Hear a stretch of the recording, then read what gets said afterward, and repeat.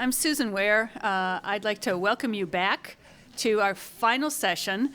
And you'll notice from the program that the formal title of this is The Feminine Mystique, Past, Present, Future. And I realized that when I had first looked at it, my eyes glazed over and I read it as feminism, past, present, and future.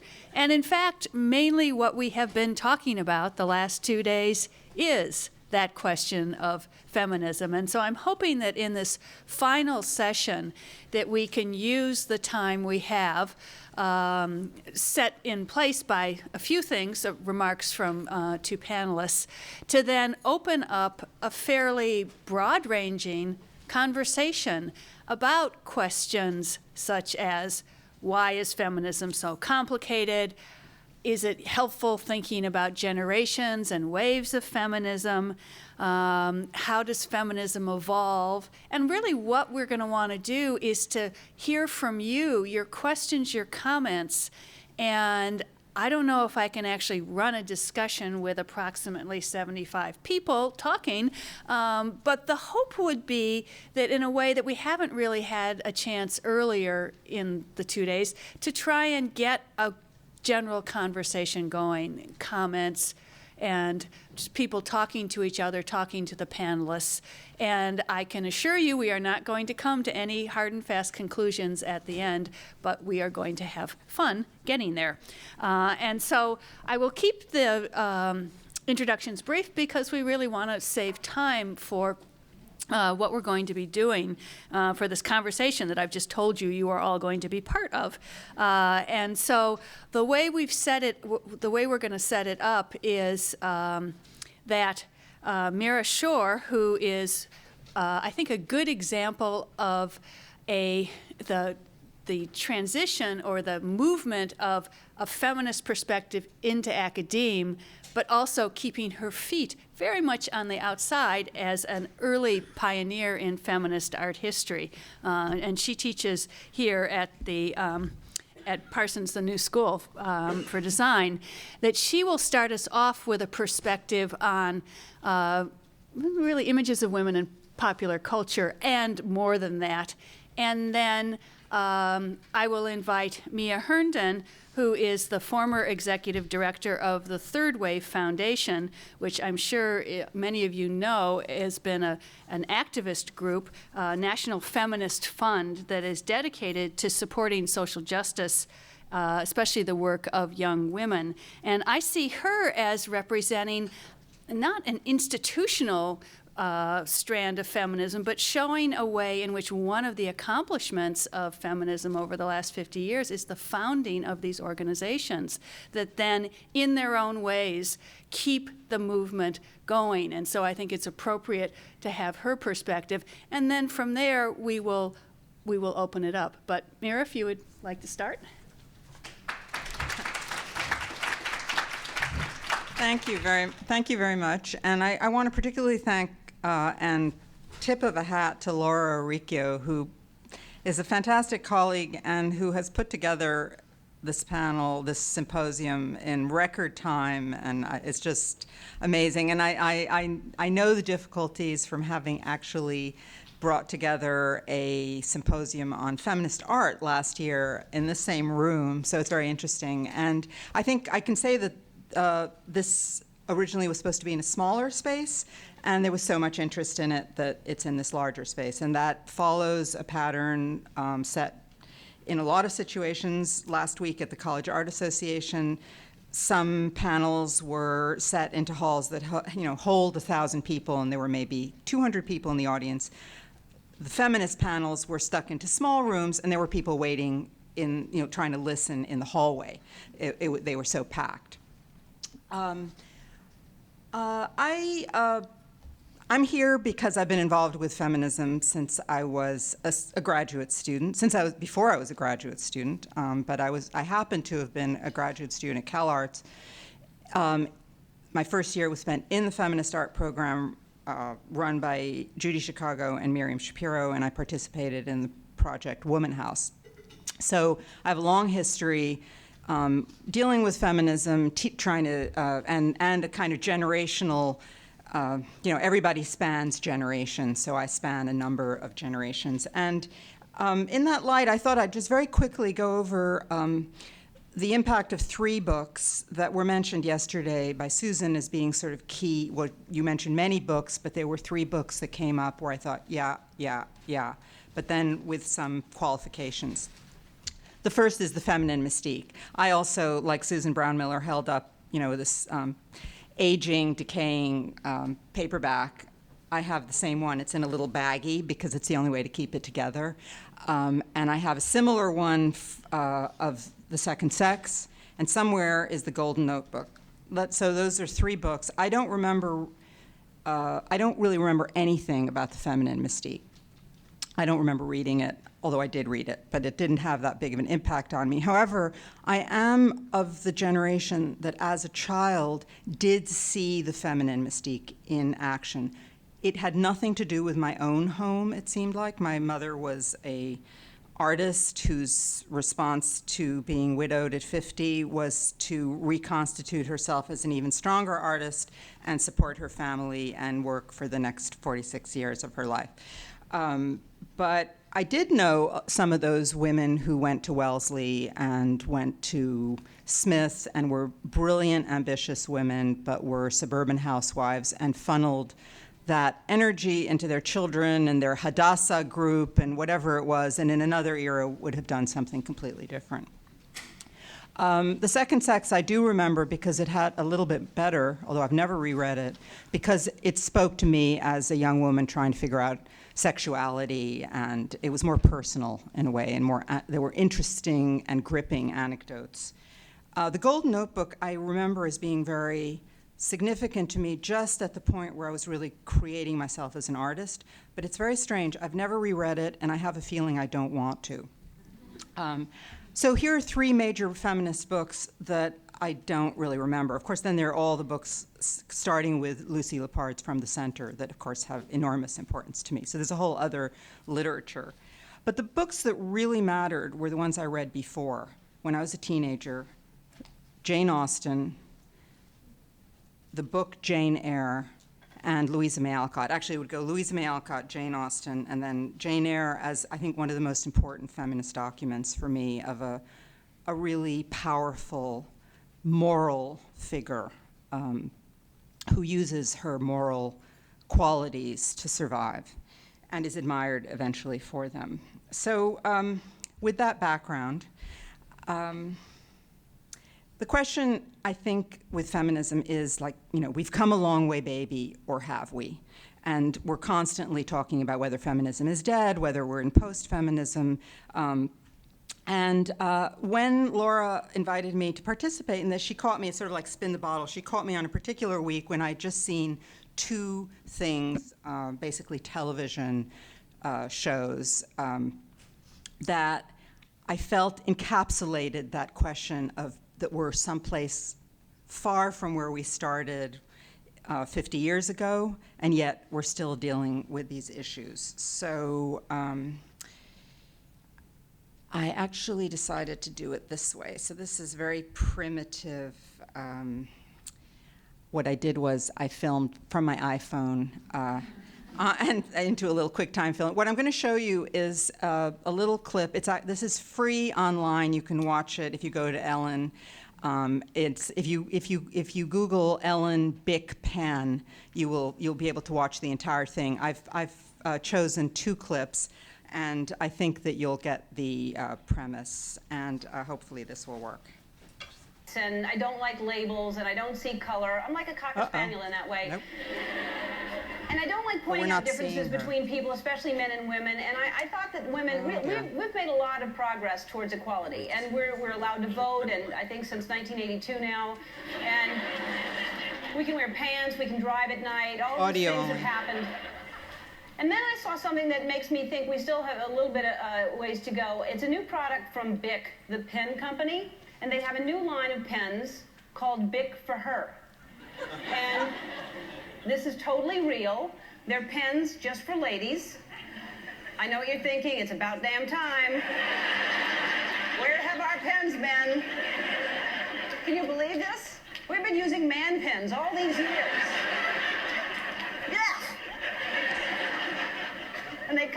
lady colors, pink and purple. And they're just like regular pens, except they're pink, so they cost twice as much. That is absolutely true as well. The worst part is they don't come with any instructions. So, like, how do they expect us to learn how to write with them, you know? I was reading the back of the pack. Well, I had a man read the back of the package to me. And it said it's designed to fit a woman's hand. This is all true. I'm not making any of this up. Designed to fit a woman's hand. What does that mean? Like, so when we're taking down dictation from our bosses, we'll feel comfortable and we'll forget we're not getting paid as much? I don't know. I mean, just think over the last 20 years, companies have spent millions of dollars making pills that grow men's hair and fix men's sex lives, and now ladies have a pen.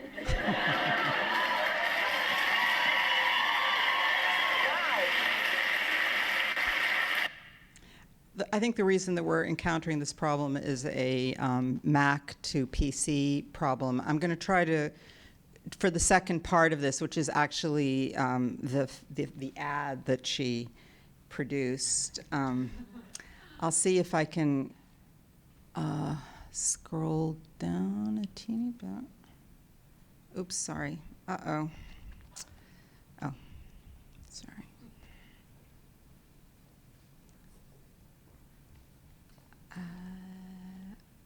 Just to see that. So the point is that having discovered that this product existed, she was then asked to do an ad for it. And of course she did an ad for it, which they'll never see the light of day.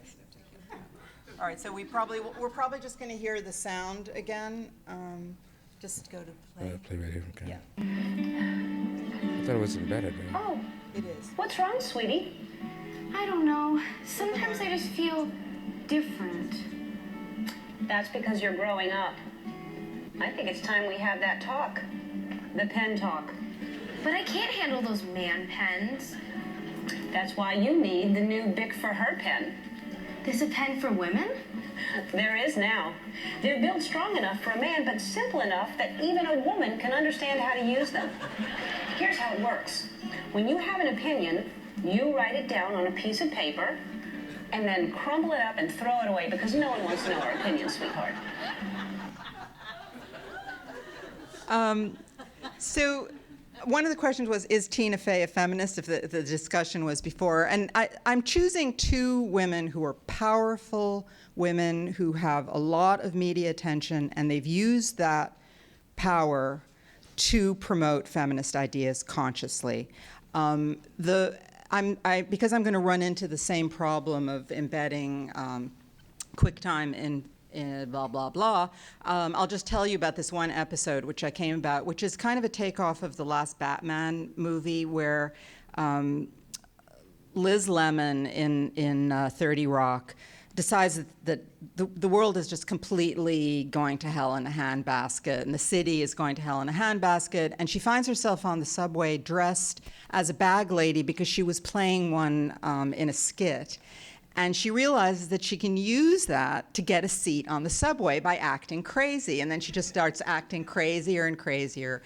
And we'll at least be able to see the first image. The first is the subway scene. And her behavior in this immediately reminded me of a very important early feminist work, Adrian Piper's Catalysis series, where she did these performances where in one she stuffed all these balloons into a heavy coat and sat on the subway or bus, and it made noise, and she was really testing the limits of otherness, whether it was gender or race, and how people would behave. And here you see her with something stuffed into her face, and then how people are sort of trying to ignore her. And so in the Tina Fey piece, which you can watch, the episode is called The Tuxedo Begins. I thought, well, first of all, Tina Fey must have known about this piece because she's just of the generation that would have been educated to know this. And she is very charmingly putting forward the idea that in some way monstrousness of a woman is still a very powerful and troubled area of creativity. So I think it's kind of brilliant that she's putting that forward. And there is a tradition of women comedians doing that. I think she's doing it at sort of like the newest generation of that with the most feminist consciousness. And so to me, they represent both what we've achieved, but also what they are talking about on their show, like Ellen talking about this ridiculous idea of a Bic pen that actually costs twice as much because it's pink, it's going out to a very broad audience, and yet Bic is marketing this to a very broad audience. And similarly, Tina Fey is on TV. This was a hit show, and somehow she's managing to get a kind of monstrous feminism and rage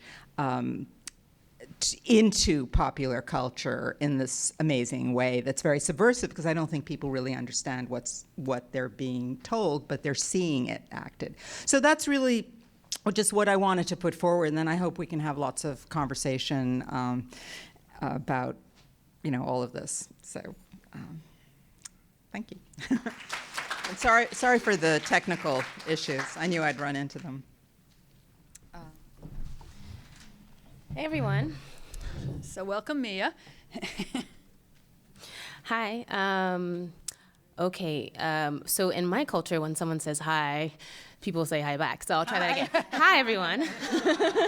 Fantastic. It's a little bit of call and response.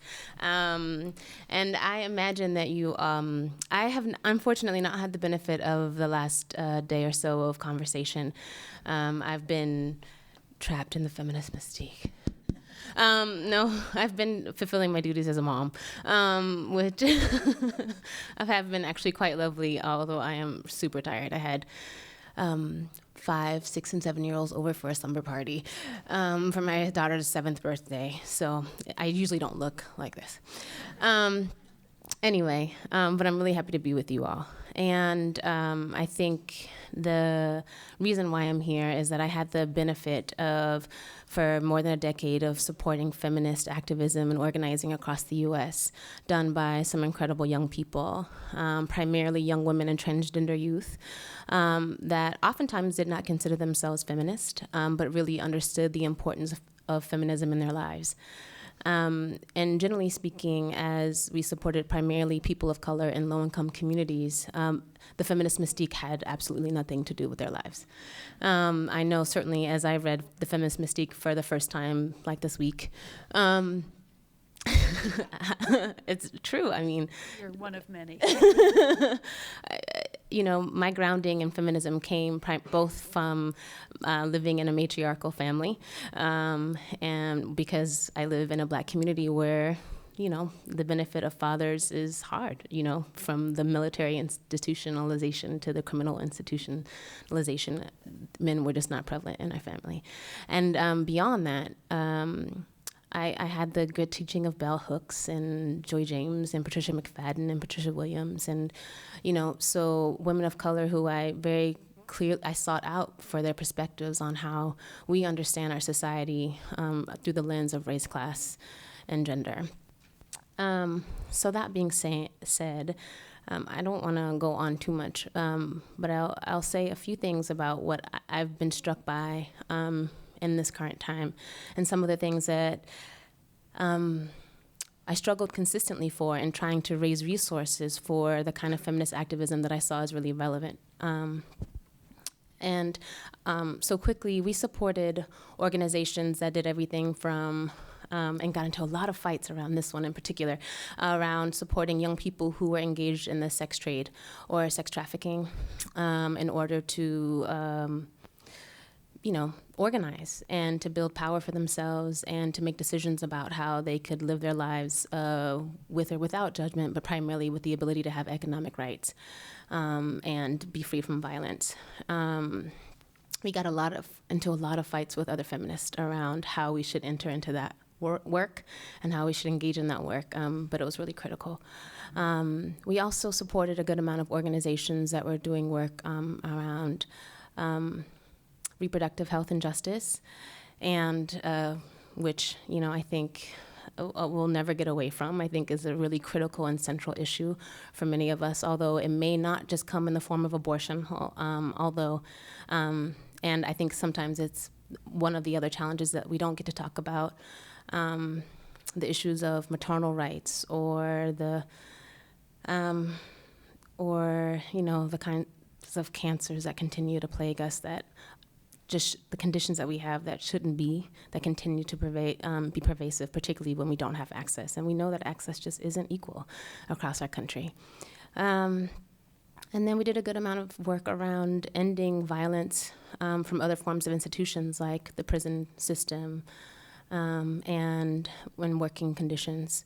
And so I think that many times the challenge was these aren't feminist issues, and why do we call these feminist issues? And the question always dumbfounded me so much. It just took so long to be like, I don't know. I really did not understand how the recognition of the disproportionate burden that lay on women and gender oppressed people, particularly with who were people of color, was not a factor within feminism and wasn't understood as that.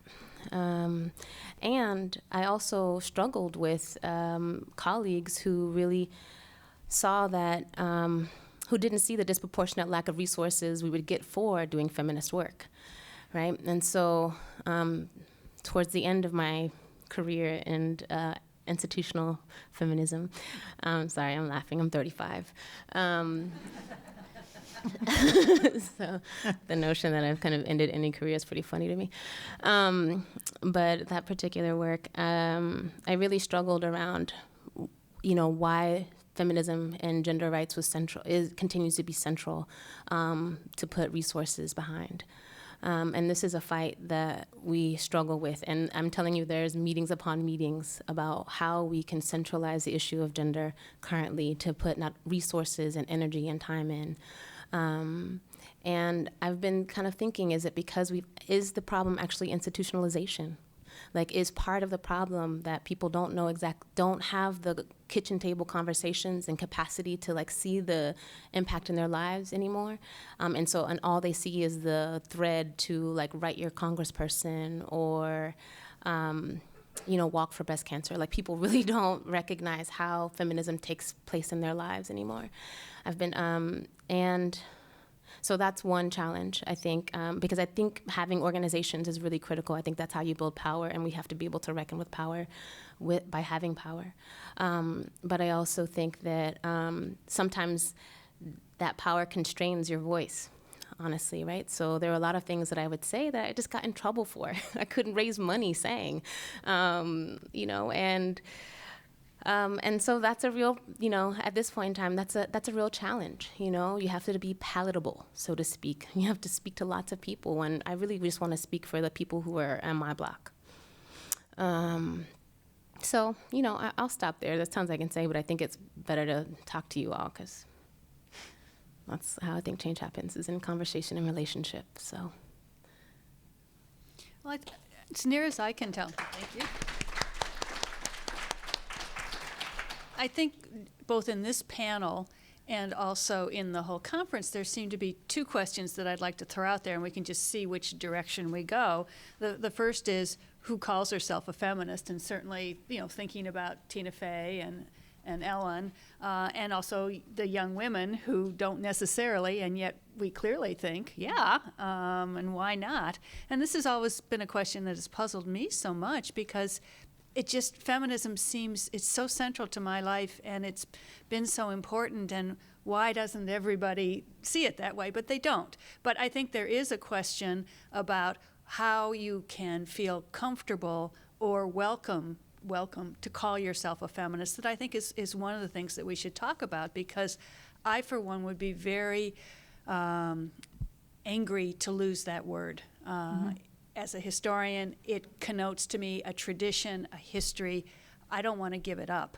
And yet I think maybe we need to do a little marketing so that it is a little more easy for people to use. So that's question number one. And then the second question is, of course, it points to the future, making the case that there is still so much more work that needs to be done. And that means making a case to people who are making choices about what they're going to support with their time, with their money, with their energy.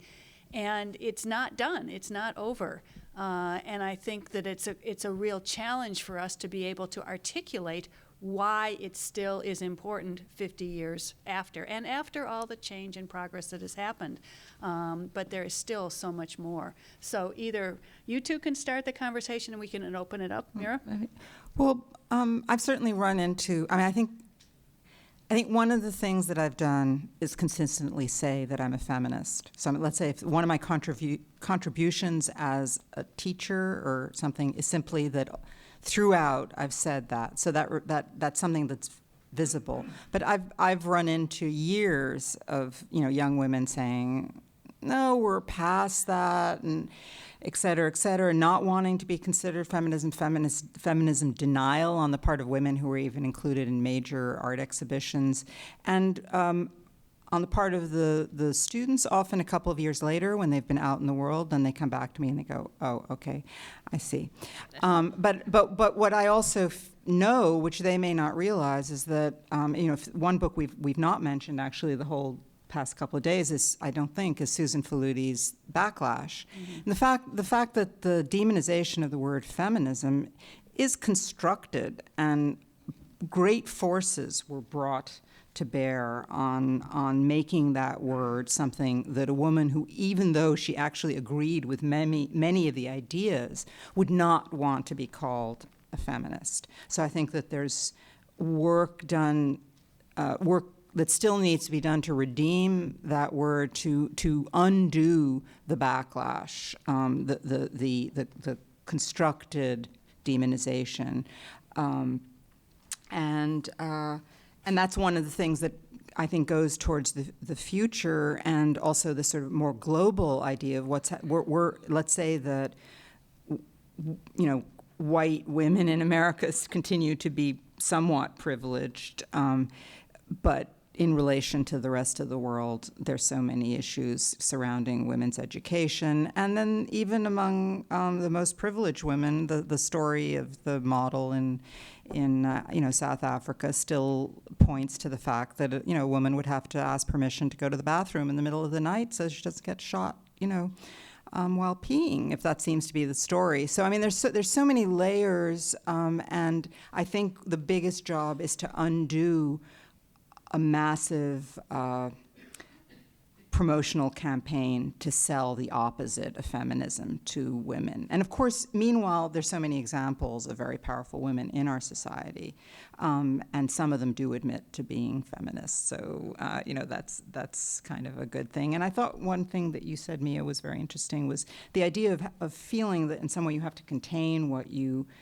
want to say, or that you have to be nice in some sense, or present a positive and pleasant face to the world. And I think that that's where maybe that notion of the monstrous and letting it rip, sort of being outrageous.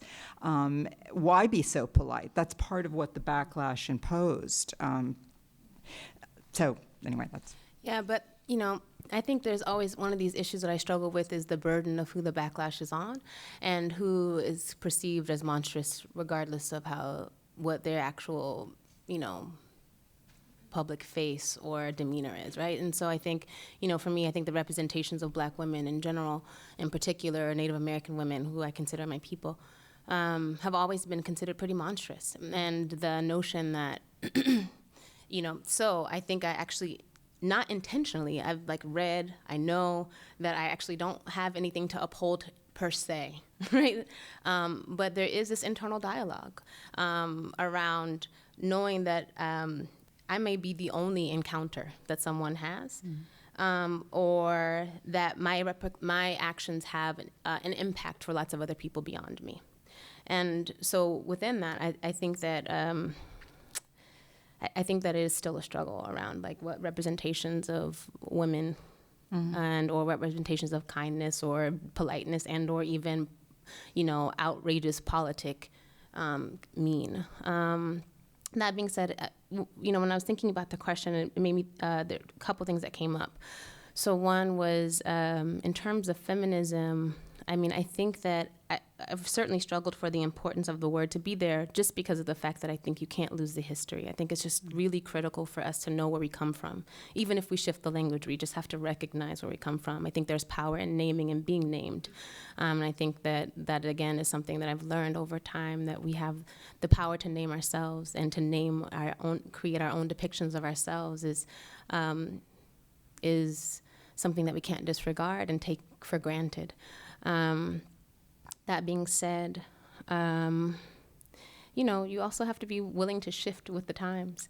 And so it would not have been helpful for me to consistently do battle with the young people who were saying we're not feminists, but to say, well, what then do you call yourselves? And what makes sense, So lately the term gender justice has kind of taken up another resurgence, so to speak, to try to encapsulate the politic and the reason for the work. And again, that also doesn't necessarily go over with tons of audiences either, right? So, I think it just depends. But I have a professor I can always hear in my head, Patricia McFadden, who says, I don't do gender. Gender is a landscape. I do a politic, and that is feminist, right? So I always remember that whenever thinking about that struggle. And I also think about this, like marketing, like could we do a marketing campaign, right? Like, can we do something to make ourselves seem more lively, effective? No, and I think, so the first thing that also came to me was this notion of branding, and how branding, the idea of branding, again, came from this power to name and to be able to mark, right? Branding came from the branding of cows, of animals, right? That's where the name, that's what the origins, right, in our society, and then mark people who were effective at being able to move that into our popular culture, have been able to give it other meanings. But so how have we been branded, right? That particular backlash that's come against feminist. And I think some of it is our own undoing, right? Some of it is our inability to recognize the ways in which we've hurt each other, and not done justice to create an inclusive movement. That makes it really hard for people to want to do battle around the term in and of itself. And that continues. It's not just across races. Sometimes it's also across age. The number of rooms I've sat in where people are having, feels like decades-long conversations about why we can't get along, and who has more power and why. It's just like, I understand the importance of it, but really it makes it really hard to say this is a movement to join. Right? And I know that those are spaces, those are important spaces to struggle within, to talk about who has power and what agenda leads. I think that is critical. But it's like we get really caught there a lot. And the struggle for sharing airspace, the struggle for knowing that reproductive rights is not just about abortion. It's like, I can't believe we're still there. And so I think that we've done some of our own undoing, so to speak. We've created that. And we have to be able to reckon with it and grapple with it in order to create a more powerful movement. Well, maybe we can involve our audience in trying to figure out how actually to do that. Any comments or reactions? If people want to join the conversation, you have to raise your hand and be willing. Oh, good. I was a little afraid there for a moment. And then you have to wait for a microphone to make your way, and it's gone to the back first, and then the second one will come up front. So, hi. Sorry for poaching that from you. I thought those were really incredible comments. Thank you. For me, one of the things I've observed as a major difference between different generations of feminism isn't necessarily the battles and principles, although they've of course evolved. It's really the tone, and you've both sort of spoken to this a bit, and I thought it was interesting that we had Ellen DeGeneres and Tina Fey on stage, and I think that a lot of times the tone of feminism for people who have the microphone for it has been one of humor as opposed to the tone of righteous anger, which I think was pretty dominant a few decades ago, whether in the feminist blogosphere or with people like Lena Dunham, Tina Fey. And I'm just interested in whether you feel that's just like the organic new voice of a movement that has less to suddenly be really angry about. It hasn't suddenly discovered they're existing in a giant soup of injustice and they want to yell and scream, or whether it's, you know, strategic. We've got to change some hearts and minds, and feminism has the stigma, and let's be funny and smart, and, you know, we're just like speaking the truth and we make sense, just listen to us. Or whether it actually, you know, hurts by watering down the ideas and the argument. I would say either we can respond, people in the audience can respond. That is my first preference. I don't know, does your question here in the front respond to that, or stay in the back then if someone wants to respond to keep that conversation going? One thing I thought of in your question, which I thought was a really fantastic thought, was the idea of likability. And I've been hearing and reading a lot lately about how women, and this is a very broad stroked paint, want to be liked. And I thought maybe we were using humor, how many people are using humor because it's a more approachable platform than to say, I'm angry and I want respect, but to say, I'm angry, but I'm going to end my statement with a laugh to seem more likable. And going back to what you asked, if this desire to be liked waters down the message by doing so. I think that one thing to recall about the No, you Go for it. Go for it. Well, Moving. one thing to recall about the period of the 70s or the 60s is that there was a wide range of women who were in the foreground. Is it okay if I continue? Yeah, I'm just trying to get the Okay. mic to the back when Okay, you're done. so that you had, I'm just thinking, like, various women are flashing into my head. Something like Bella Abzug. I always felt like Bella Abzug just put her 2 feet on the ground and just said whatever she was going to say. And then the same with Shirley Chisholm, with a kind of anger but wit also to the way that she expressed herself. And you had, I don't think it was all angry. See, I think that is part of the way the backlash recharacterized and rebranded feminism. There was humor. There was Lily Tomlin, for example, who emerges from the 70s. There were women who were not overtly feminist, or they just preceded the feminist movement, but who provided an example of a certain kind of political courage or image, like Joan Baez or something like that when I was a teenager. So that what made it exciting and an important moment was that it was like a wildfire of so many different characters. And in the art world also, in art, there was a kind of subversive wit in works like by Martha Rossler or Eleanor Anton, and then there were, you know, flirtatious and sexual works. There were many voices, and so you could pick, you know. But wherever you went, you had this kind of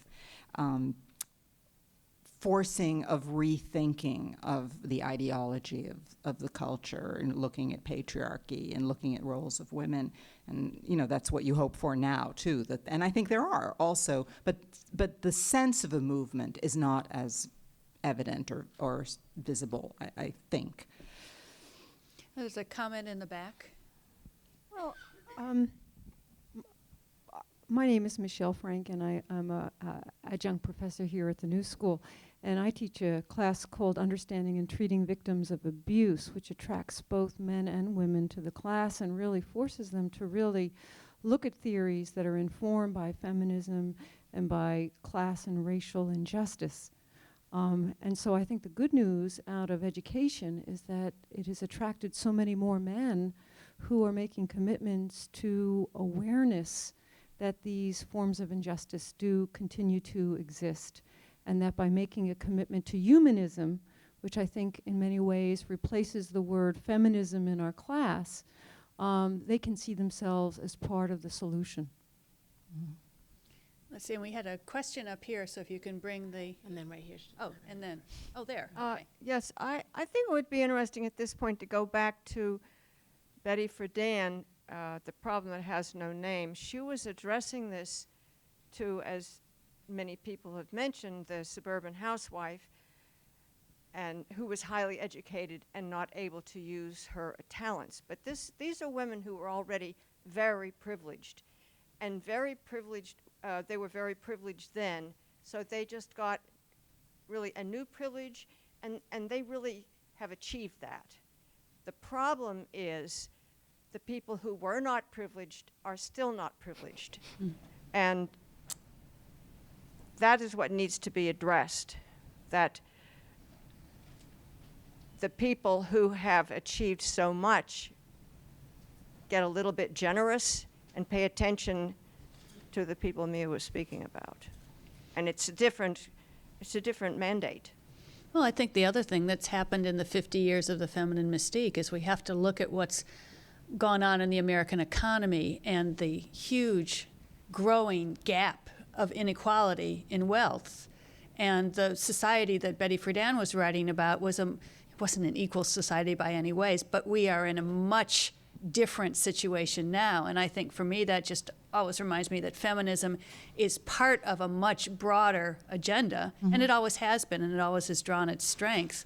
But we ignore those larger questions at our peril. And I think, unfortunately, that has made the question you raised even harder to confront in 2013 than it was in 1963. Yeah, Claire. Get Claire a mic, or she can talk.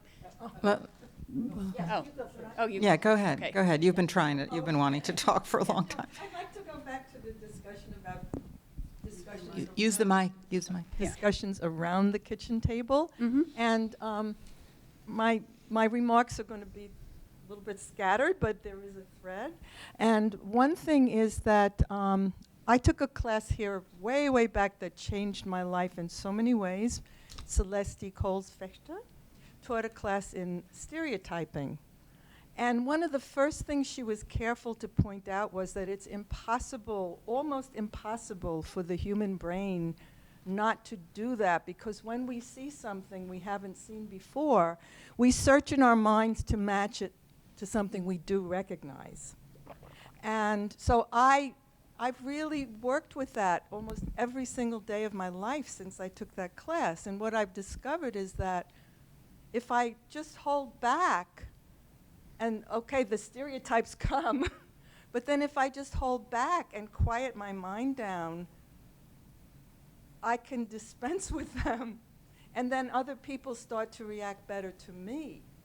And so I think that's a really important reason why when 10 people get together in a room and they can't get together, as you expressed, it's because of the expectation of the stereotyping.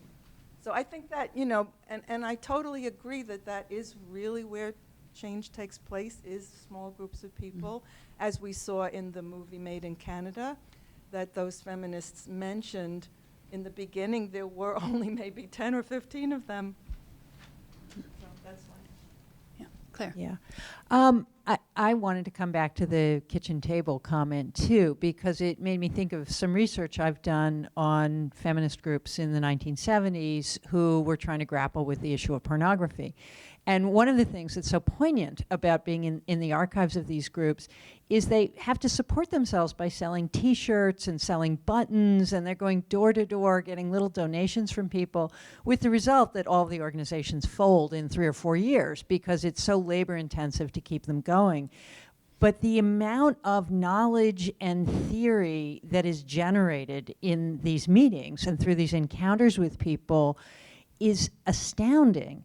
And I compare that to how much we have not yet learned how to use social media, right? So if you compare the kitchen table to the number of things we're asked to like on Facebook, and I think, there's been a fair amount of work done on this in relation to breast cancer, the ways in which, a cause becomes marketed through the things you can buy, but that it's really not that much of a commitment. And so one of the things I think we have to grapple with as feminists is how are we actually going to turn social media to the kinds of uses that extract commitment and work from people rather than just approval? Mm-hmm. Yeah, it's interesting because I think that what your comments make me think of are Malcolm Gladwell's piece about whether or not Twitter was responsible for Arab Spring, right? And that, like, you know, I think that social media has a really important role, and I'm not sure if we can get people beyond transaction in those spaces. Or something that has low commitment. I'm not sure. I think that there are experiments that people can try.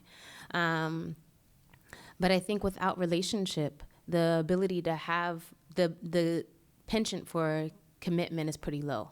So meaning if I don't know what's at stake for you, and what it means if we are not only knocking on doors and letting people know about the National Domestic Worker Rights and Bill of Rights, right? Or and why that means that, like, your mom or your aunt or your cousin is being held against their will or not getting paid for work, right? If I don't understand what's at stake for you and I'm willing to, like, be there for you, then it's hard to get the kind of long haul support that's necessary. And I think that that's part of it, is like hasn't been tangible in people's lives, in many people's lives, in a way that they then see an organization that connects to that, or a neighbor that they can either engage with in a way that shifts their capacity to mobilize, right? So not to say that, for me, mind you, this is coming in a place when I got a lot of flack for thinking that laws took us only but so far, right? Like I'm one of those people. I think that institutionalization is important, right? You have to have the legal foundation, but it doesn't shift the culture. And so if we're not engaging with each other on kind of the premise of, like, what does feminism mean in my life, in this moment, in your life, and the lives of generations before and after us, then I think that we end up really struggling to create some kind of sustainable movement and have isolated pockets of work. Well, that was the beauty of consciousness raising, and the sort of that initial thing of the personal as the political, that you were inevitably in a room with somebody that you didn't think you had anything in common with for some reason or other, class or education, but then certain issues would come up and they were right in front of you. So whether you immediately understood, but eventually you did have a sense of commonality, I think that the social media are good at projecting information.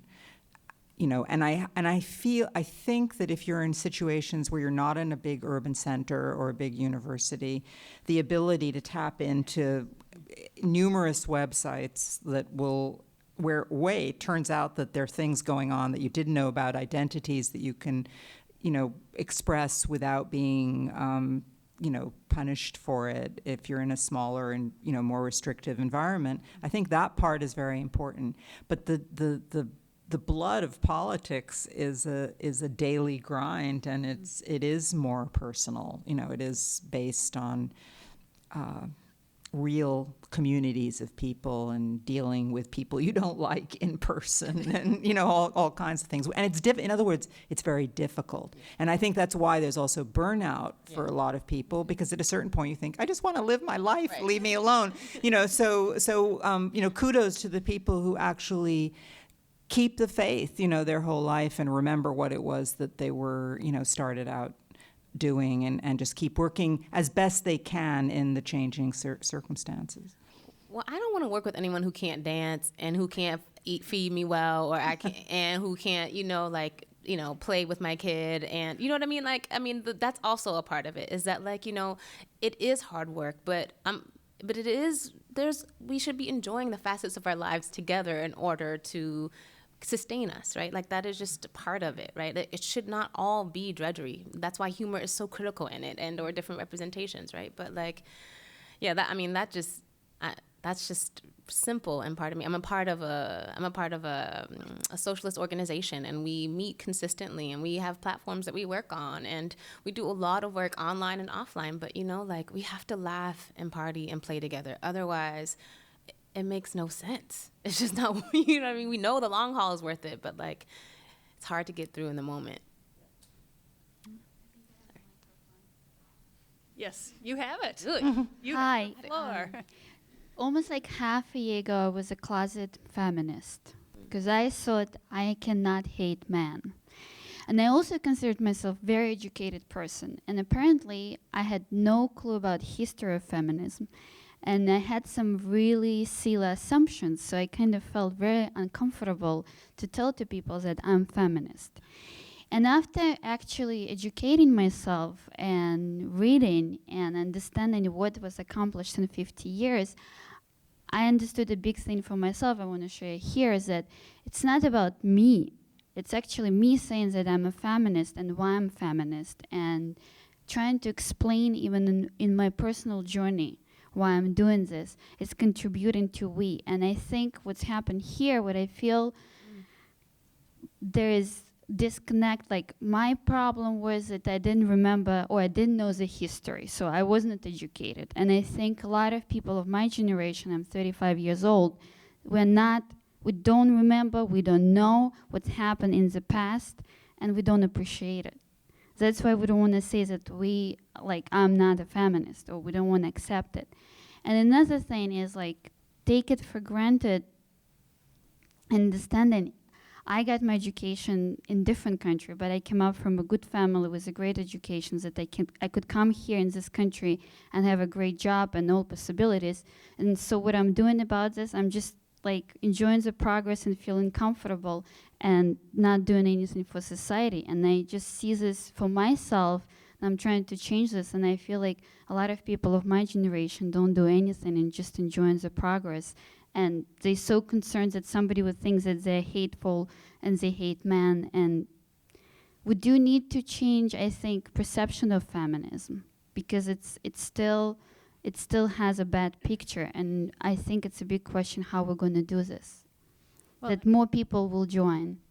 Well, I think in some ways, I'm coming at this as a historian, and in some ways you've given us, the women in the history profession, our task. I mean, we need to make that history known and relevant, and I think that's one reason why so many of us gravitated towards the academy, because that was a way we could be studying, we could be living feminism 24/7, and to me that is just a great luxury. I get to get up in the morning and study women's history, but then I also get to use my knowledge as a historian to try and reach out. And in public programming like this is a very good way to do it, or you can do it in the classroom. The problem with doing it through the classroom is we are increasingly, and anyone else who teaches will back me up on this, we get a self-selected group who will sign up for the classes. And once we get them inside the door, then all kinds of consciousness raising can happen, and we can tell them that history. But until we get them to make that initial step, then we aren't getting through. So another comment here, if you can pass the. Oh, you've got it. I'm not seeing that. It needs a little red light. All good. Just raise the mic and do it. No problem. Hi, my name is Alyssa, and I do not consider myself a feminist, though I thought this conversation was very interesting. So I wanted to come and just understand what feminism was and why I don't consider myself a feminist. And I guess one of the reasons why I don't is because even in listening to this conversation, I'm very unclear on what feminism stands for today.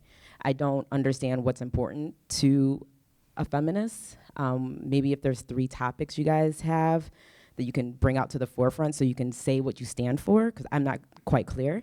And then 2, what is that? What would you consider an anti-feminist? What is somebody who's an oppressor of a feminist? I'm not quite clear on what you're fighting for and against. So, I mean, I feel like there's movements out there that are feminist, like the 1 Billion Rising, a lot of things that are going on that to me seem very tangible for me to digest. I'm unclear. Mm-hmm.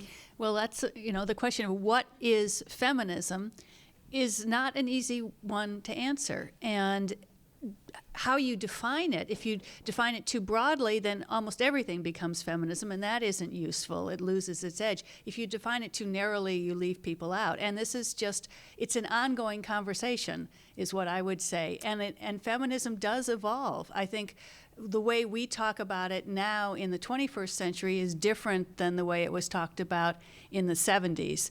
And yet for me, it's a sense of always putting women at the center and looking at the world, not at the center, but thinking of the world through a perspective where women count. I would add to that definition maybe that I see it as, the first thing I would say is I see feminism as a gendered critique of power. Okay. And so that's a practice. It's an awareness, a consciousness, and a practice. That would be my primary definition. And I think that until the moment where women are considered to have subjectivity and agency, the ability to live their lives to the utmost that they can live them by right rather than by gift, then the task is not completed. So the process and the technique is the gendered critique of power, teaching the awareness through teaching the history, getting people to look at their own lives and analyze them from the point of view of a gendered analysis of power. That would be the beginning of a set of definitions from my point of view. And so then the way that I apply it, given that, is that I look at almost any sphere of one's life. And say, how are women or other gender oppressed people, I include transgender folks in there, or gender queer people within that, impacted relative to power? So if we look at the environment, when we look at climate catastrophe and injustice, the burden of climate catastrophe is falling primarily on the backs of women of color and low-income folks, not only to do the recovery from a disaster or catastrophe, but also in terms of who's disproportionately losing their lives. Or if you look at healthcare, right, who has access, what kind of, what technologies are being forwarded that actually, that have the experience of women or, again, gender oppressed people at the center of them, right? So, I mean, I think there's almost economically, what are the places in which you can see women not only equal pay, because we know we're not there, but actually represented across the various job opportunities that exist. We're still really undercounted in terms of the labor positions that are available for employment. So, I mean, I think that, it's what's most important to you and where you end up experiencing your life and the contours of your life that you have to think about how a gendered critique of power is relevant. But I think there's almost anywhere that you can be engaged. And Billions Rising is a nice place, it's a fun moment of action, and it brings awareness. And the thing is, how do you continue that work, right? I took my 7-year-old to a Billions Rising. It was on her birthday. It was very fun. But right, like the point is like, how do we then know to continue doing work around ending violence? Like, what are the conversations that we have around violence? What are the ways that we teach respect in our household or in a school community, et cetera, right? And I would add one thing to bring it back to the feminine mystique. 50 years ago, all these things that we've been talking about with feminism, just a way of looking at the world with a feminist perspective, was really not on the national agenda. And I think that back then, it's so hard for us to imagine that that it was just women were invisible practically, or women's issues. And that, I think, is one of the things that's really changed. And so that, like Mia, there's a way of just everything can be subject to a feminist analysis. And it's really, again, making sure that we keep asking, where are the women in whatever larger story there is? Because there is this assumption, which is a pernicious one, that somehow the work of the women's movement is done and it's no longer necessary, and that is not true. And as soon as you open your eyes and start asking those questions, you see it. And to me, that is why feminism, broadly defined, or a feminist perspective, is still very, very important. Bringing this together with what you had said before about the self-selected people that come into your women's history course, we need to mainstream this into History 101. Mm-hmm. If it's only getting taught in a women's history course, and if women artists are only getting taught in women art course, we're only reaching the already converted. So we need to mainstream this stuff into History 101, Art 101, English Literature 101, and not only in the courses, the specialized courses that focus particularly on women. No, I agree totally, and I will speak, sort of as an old fogey here, but thinking back to the heady days of the 1970s when I was starting off as a women's historian, and I think we really did think that all we had to do was find this material, write these great books, teach our courses because they were so much fun, but then it would be incorporated into the general History 101. Well, guess what? It gets incorporated when a feminist scholar is teaching the survey, but generally otherwise it doesn't. And I think I was a little complacent about that, and I think only now as I'm getting older and getting angry again, do I realize that there's a way in which a lot of things we assume there's this progress, and yet if you're not paying attention, things start slipping back, and it's happening in sports, for example, and that just we have to be vigilant and keep at it, because we cannot assume that just because we've come up with all this knowledge that it's going to be welcomed and taken care of. Yeah, that's what I mean by as long as it can be taken away from. If it's given to you, it can be taken away. If it's yours, it's yours. But I think that some of what you're describing or what's being talked about here is part of a larger cultural, almost outgrowth of the liberation movements of the 70s, which is the fractionalizations, and which is then pursued in things like cable television, where you can completely insulate yourself so that you only watch the news that you want to watch, or you only take the courses that. You don't take, actually, a lot of students never, in art, for example, never have an art history survey.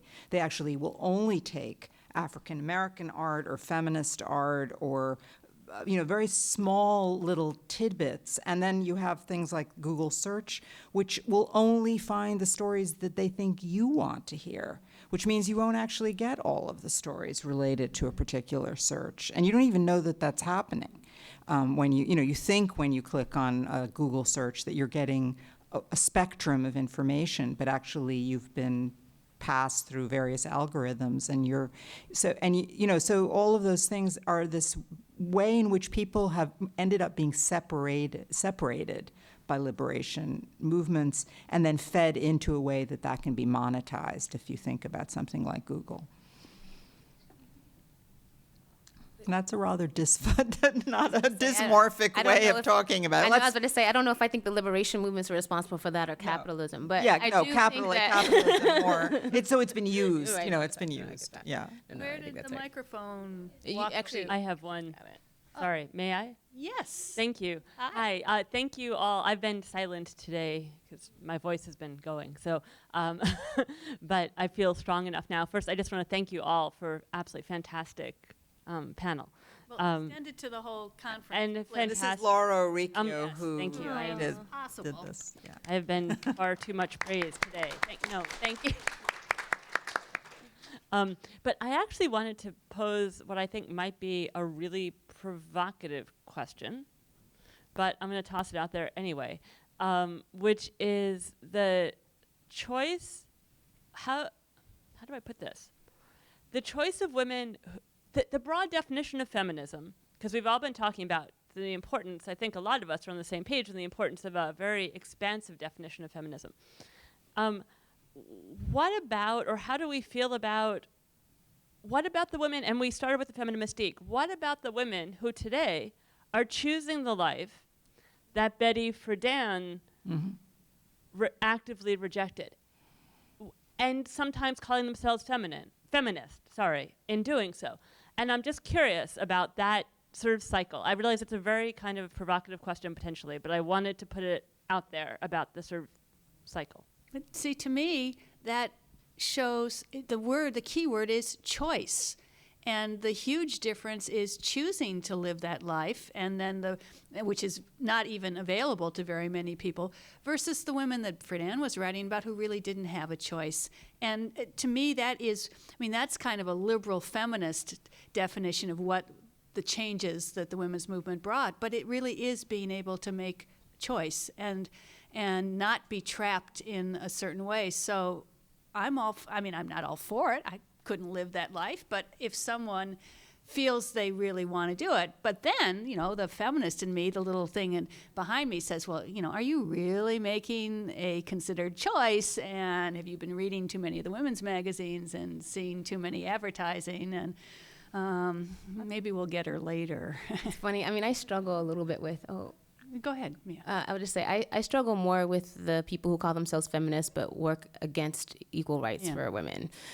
So like block reproductive health and rights or block economic opportunity than someone who chooses to live and take care of their children and, and their families. That being said, I do think that, I can understand the choice for a while. I really can at this point in time, having a young kid and having managed running an organization. I can recognize these moments when you really want to think about, have a different space, have a different way of balancing the demands of your life.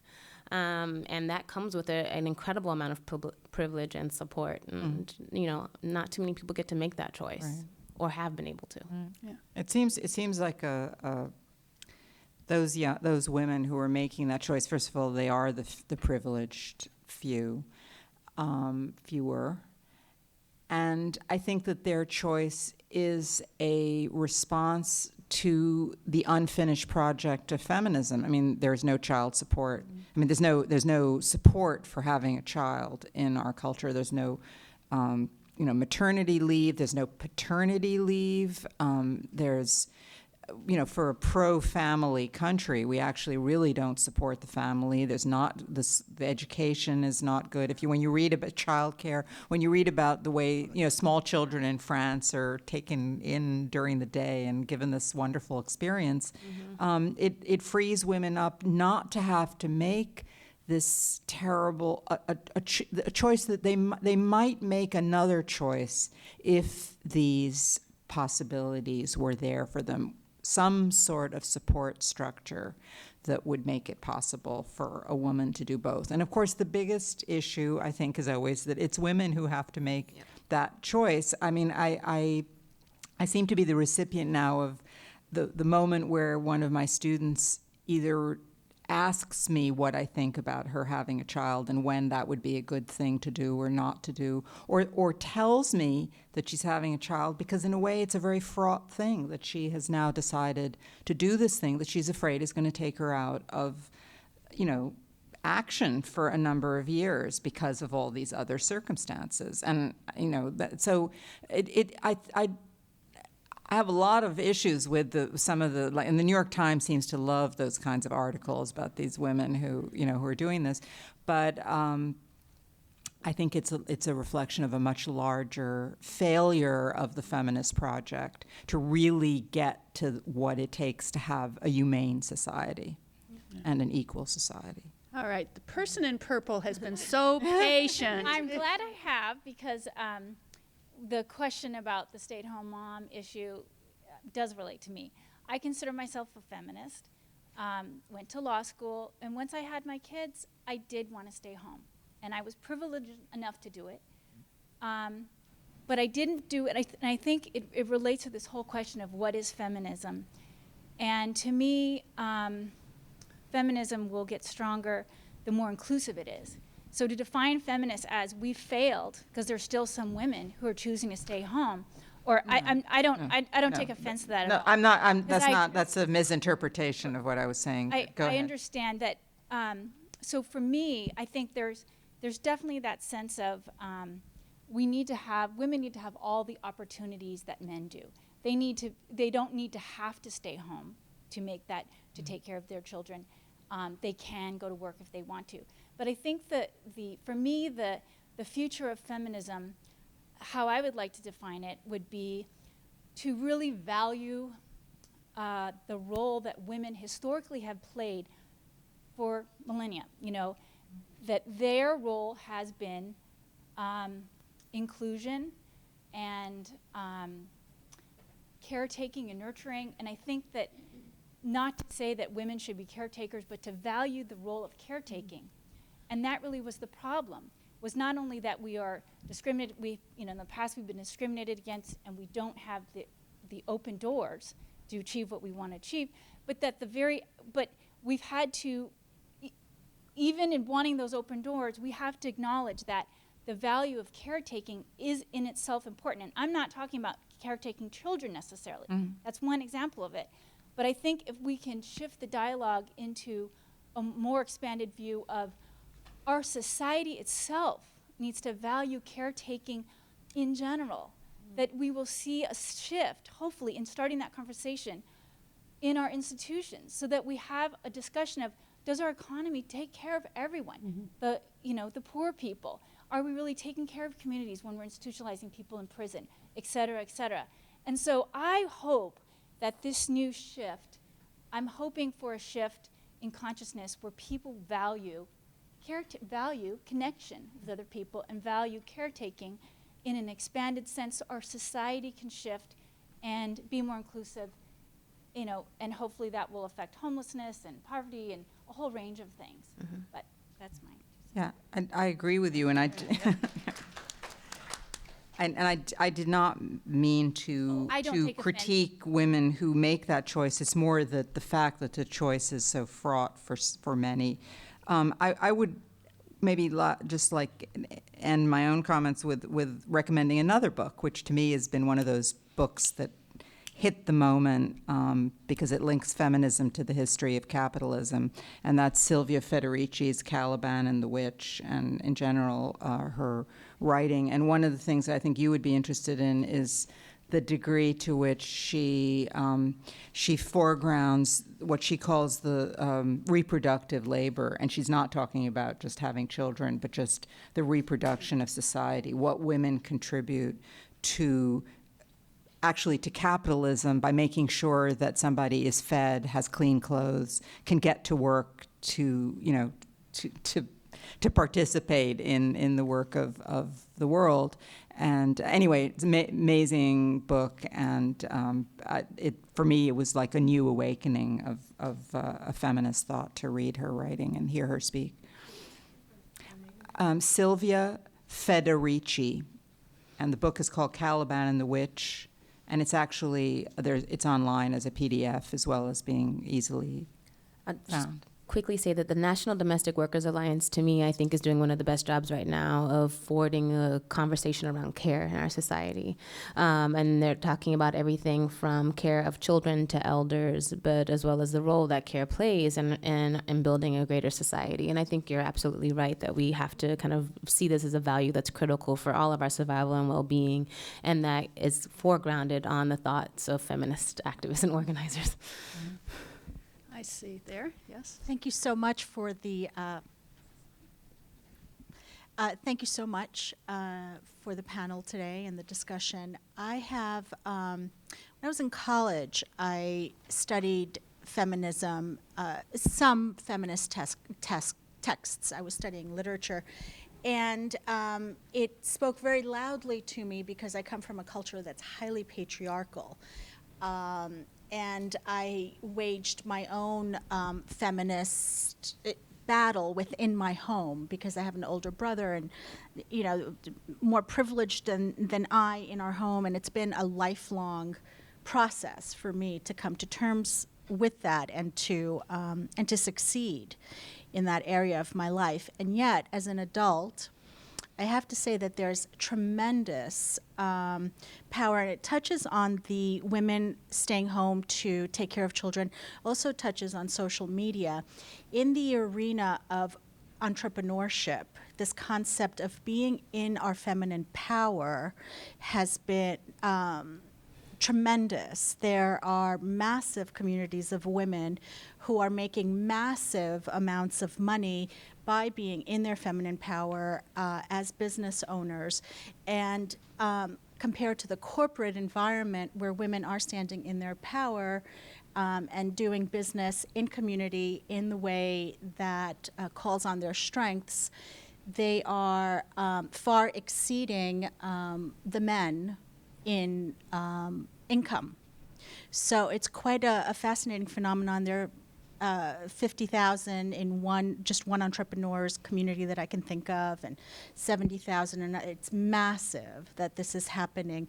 So, so even though, as I said, I had to wage and continue to wage a feminist battle within my own home, there are areas where women are standing in their feminine power and have seen great gains in that area. So I just wanted to say that.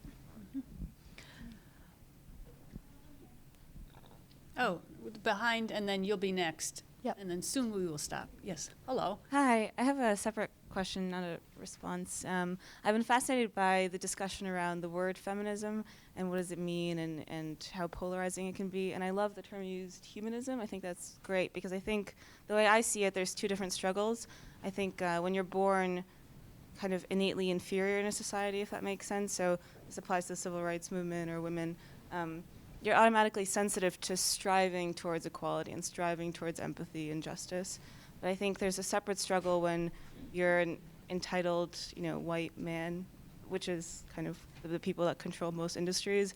You don't really have to strive for those things. And I think that's a different struggle, is getting those people to want empathy and equality and justice. And I think that's why feminism is difficult, because I think those people are just quiet, that movement. And I, as a 23-year-old who really wants to see this change and wants to see humanism, I'm just curious if you have any thoughts on how to get those people to listen. Good luck with We're that. looking at you. Sorry, that's funny. Well, I mean, so I think I'm reminded of Frederick Douglass, power never concedes anything without struggle, right? Like I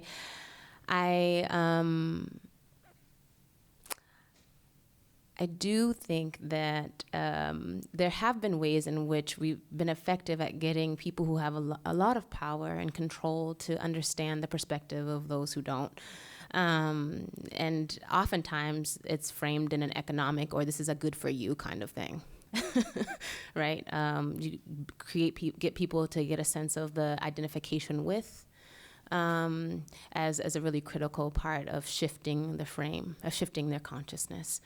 That being said, I think that I'm kind of one of those believers that it might not be an easy journey and it might not feel good for the people who have to give up some of the power, and even for the people who are struggling, right? That in fact, I had a very minuscule experience of this just last weekend in a room where I do a good amount of body work and healing-based techniques, and but it's very deeply aligned with the struggle for social justice. And so we had to have a moment of just talking about power in the room and talking about what racial power, gender power, etc., and how we take space, how we cooperate with each other, how we work together.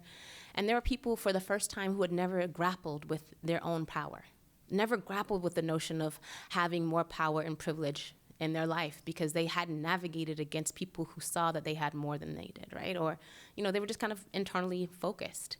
And it led to major eruptions. Some people who were committed to this project even leaving, right? Storming out and saying, I can't do this because I feel like I don't belong. And it was wow, you got challenged for the first time being a white dude and you left? That was your response? Wow. Ooh, not most of us get a chance to leave. We have to stay in it. We have to stay in the room. But, it led to a good amount of work and healing, and we recognize that, people will feel uncomfortable. And so that's why it's important to have ally structures. That's why there's a difference in who can be the messenger, right? Sometimes I think there's strategy to all of this and different levels of relationship that will help move people along towards a space of recognizing the humanist agenda. All right, one final.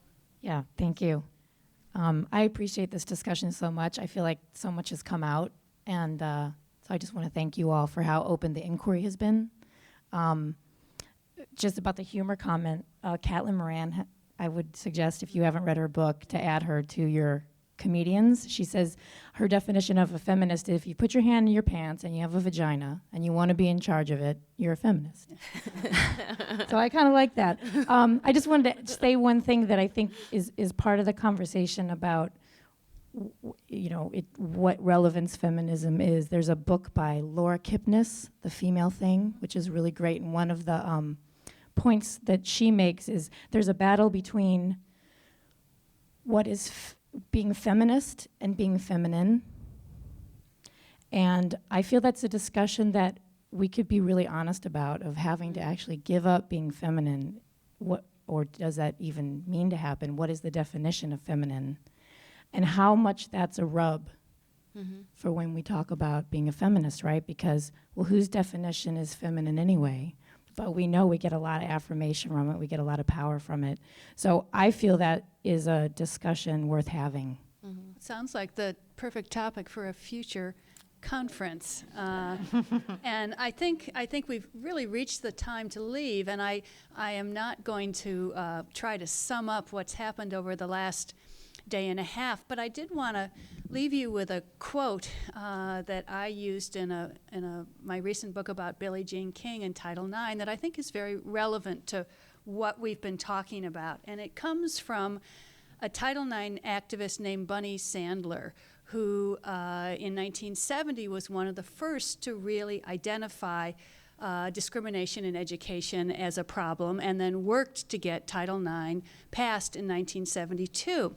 And when I interviewed her, she said, well, when Title IX passed, I thought it would take at first a year or two.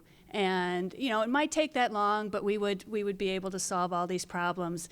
And then she said, and then I raised it to 5 years and got up to 10. And then she said, and I finally realized that this is going to go on for my whole life and beyond that, but that's okay. And I think that's the larger history that this whole conference is embedded in, and that we've talked about the past, we've talked about the present, and now let's on to the future. So thank you for joining us.